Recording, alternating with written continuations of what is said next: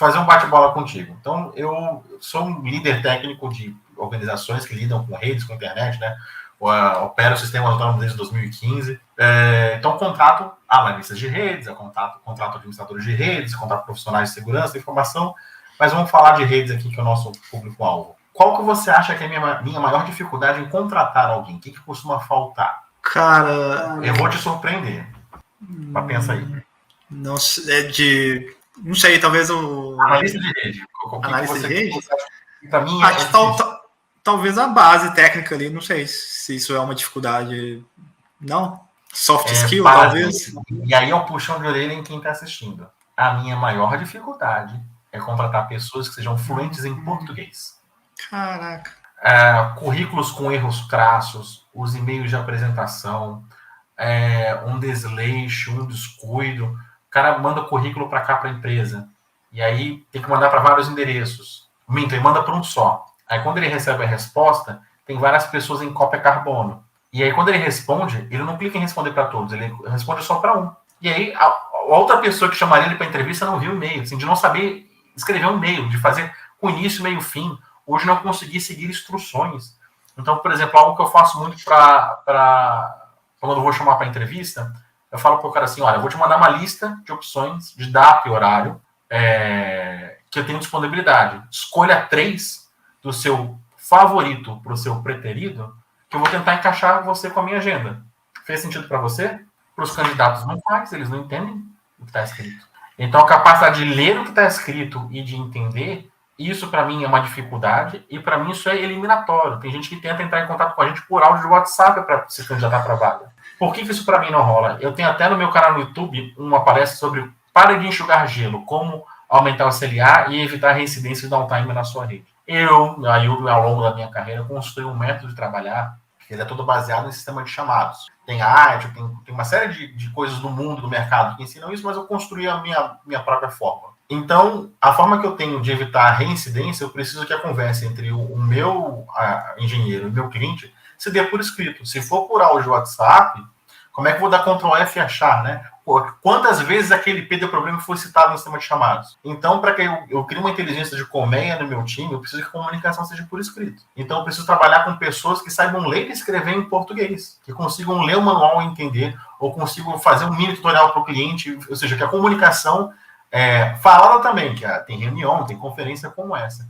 Mas é uma pena, corta o coração pessoas que têm um conhecimento, mas elas não conseguem se comunicar com o cliente, não conseguem ler o manual, não conseguem entender as instruções do processo seletivo. Então a pessoa começa, eu não consigo trabalhar. E mais, aí vem uma questão da minha visão como construir como gestor. Se uma pessoa, você tem 2 profissionais e um se comunica melhor, se ele já tem as minhas certificações, assim, se comunicar com o roteador está empatado, já considero que está empatado. Mas o cara que se comunica melhor, em português mesmo, com os colegas, com os clientes, ele vai ser um profissional mais valioso, né? Porque ninguém trabalha sozinho, ninguém configura a rede sozinho. Você vai ter que entregar a VLAN para alguém, você vai ter que entregar login e senha para alguém. Então, nessa comunicação, eu até abri mão de língua estrangeira, que é tão difícil achar alguém que consiga ler, entender, se comunicar por texto em português, que essa é a minha maior dificuldade em contratação. Tanto que eu tenho uma vaga aberta atualmente, e no anúncio o primeiro item é excelência em língua portuguesa falada e escrita. Então, você que está estudando, toda a parte técnica você tem que fazer. Mas tome tenência, escreva o e-mail corretamente, utilize uma acentuação, seja claro na sua comunicação e preste atenção no que você está lendo. Isso é tão grave, Gustavo, que eu faço um teste online e um teste de roteamento BGP. Eu coloco algumas rodas e peço para o cara, aquela brincadeira que eu contei, né? Seja você um roteador orgânico. O cara faz na casa dele, ele pode colar com os amiguinhos, mas ainda assim o cara erra a pergunta. Por quê? Porque ele não entendeu o que estava escrito. Ele não leu as frases e parou para poder entender. Então, a gente poderia estar como país, sabe, muito mais avante, muito mais adiante, sendo outsourcing de serviços para o mundo, mas a gente, se nem o português está funcionando, que imagina uma língua estrangeira. Eu abri enfim, o meu treinamento aqui, eu comecei a ter um certo sucesso, assim, e tal, e financeiramente, para mim, é bem suficiente, assim. Falei, cara, eu vou retornar um pouco para a comunidade e vou abrir aqui algumas bolsas, né? Que eu vou ministrar meu treinamento, vou dar acesso ao meu treinamento e, além disso, o CCNA ele hoje custa $300. Eu vou pagar do meu bolso a prova pro cara, né, e tal. E eu falei assim, cara, você vai ter que me... E eram, sei lá, acho que se não me engano são 7 vagas. Foram 7 vagas. Cara, primeira coisa que você tem que morar no Brasil, né? Porque, enfim, tem profissionais de Angola, Moçambique e tal. Mas eu queria ser do Brasil aqui esse primeiro. E você vai ter que me mandar... Não vai ser sorteio, eu coloquei assim, não vai ser sorteio. Não será sorteio. Vai ser subjetivo. Eu, com a sua história que você me mandar, eu vou julgar ali, vou ler seu e-mail. E vai ser, no momento de pandemia, eu vou escolher aquele que realmente está precisando e tal, que é subjetivo. Então, me mande um e-mail contando a sua história e por que você deveria. Primeira coisa, quando será o sorteio? Como é que eu faço para participar do sorteio? Eu falei, mano, você não leu, cara, sabe? Tipo, aí depois, recebo os e-mails. Assim, eu fico pena e dó, não sei se é a palavra correta, porque eu vejo que o cara tá precisando, só que, cara, não tinha parágrafo o e-mail, sabe? Um e-mail gigante. Não consigo ler, cara. Eu não consegui ler. Eu falei, cara, você pode ter a melhor história. Pode ser que você mereça a bolsa, cara, mas eu não consegui ler seu e-mail, cara. Porque não tem parágrafo, não tem ponto, não tem vírgula. Eu não, sabe? É como se o cara estivesse vomitando, assim. Não foi um só assim, não, cara. Foram vários. Eu tenho uma conta no Instagram lá, assim, a maioria das coisas que eu faço é uma forma de marketing, né? Um conteúdo para me promover e promover o que eu comercializo, né? E eu deixo isso bem claro, né? O meu canal aqui, ele não tem propaganda, não tem nada, porque eu quero alcançar as pessoas para uma hora, uma pessoa, o conteúdo dele é legal, pode ser que eu compre um treinamento dele, né? Eu venho trabalhando assim. E eu deixo isso bem claro. E aí minha conta no Instagram também totalmente comercial, né? Para eu divulgar o meu trabalho e tal.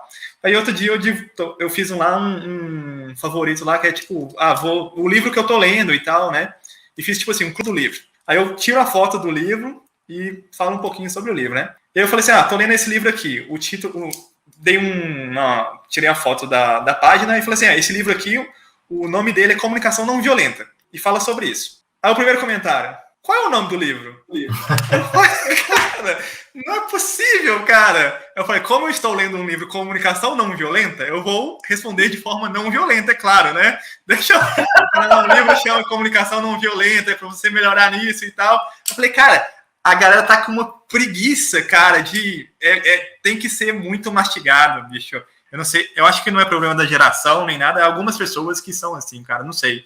E eu também percebo isso. A faixa etária parece não influenciar. E é uma pessoa como essa, ela não serve para trabalhar comigo. Eu não tenho como empregar alguém assim. Né? Os caras me mandam áudio no Instagram, cara.